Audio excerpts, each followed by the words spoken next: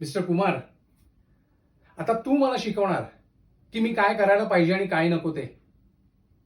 R you mad?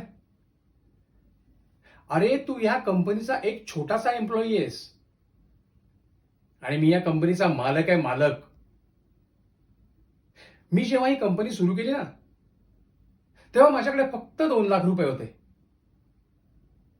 आज माझी company 200 कोटींची आहे. का माहितीये? कारण मी कुठलंही डील, कुठलंही कॉन्ट्रॅक्ट माझ्या हातातून जाऊन दिलेलं नाहीये. आणि तू म्हणतोस की हे डील मला मिळणार नाही म्हणून. काय वाटेल ते झालं तरी चालेल, पण ही जमीन मला पाहिजे म्हणजे पाहिजे. अरे त्याकरता त्या लोकांना 20 लाख 30 लाख रुपये काही देऊन टाका, पण ही जमीन मला पाहिजे म्हणजे पाहिजे. कळलं? आणि एक काम कर, हा त्या भार्गवी मॅडमना पाठवून दे माझ्याकडे. दुसऱ्या फाईलच्या संदर्भात काम आहे.